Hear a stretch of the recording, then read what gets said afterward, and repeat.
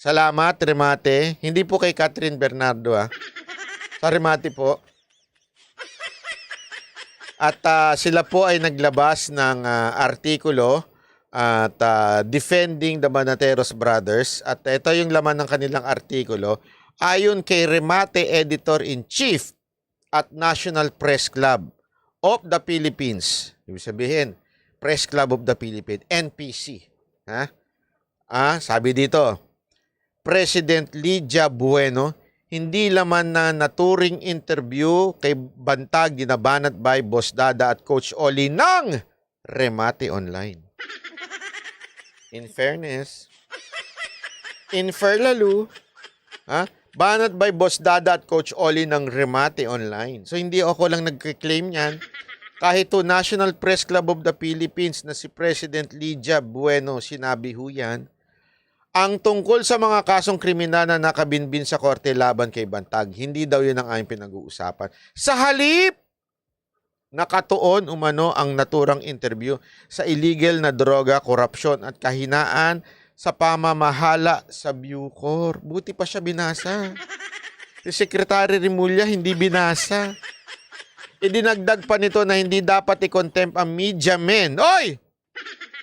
Media men. Media men. Palakpakan naman dyan.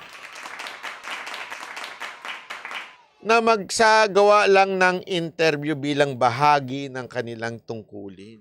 Tungkulin po namin yun. Ha? Hindi, nililinaw ko lang kasi baka mamaya yung mga ibang ano dyan, mga bitterlu dyan, yung mga kulang sa aruga, alam mo naman, marami talagang kulang sa aruga na sinasabi nila na kung ano-ano, sandali ho. Tungkulin lamang po namin bilang media men. Tungkulin po namin yun. Ito pa, kasunod ng kanilang sinabi. Wait lang. Ito, wait lang. Basahin na natin kasi napakaganda ng artikulo na ito.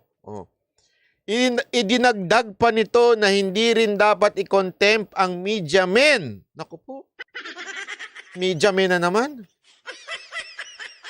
Na nagsasagawa lang ng interview bilang bahagi ng kanilang tungkulin, hindi rin umano dapat isabalikat sa media men ng paghuhuli sa sinumang tinutugis ng batas.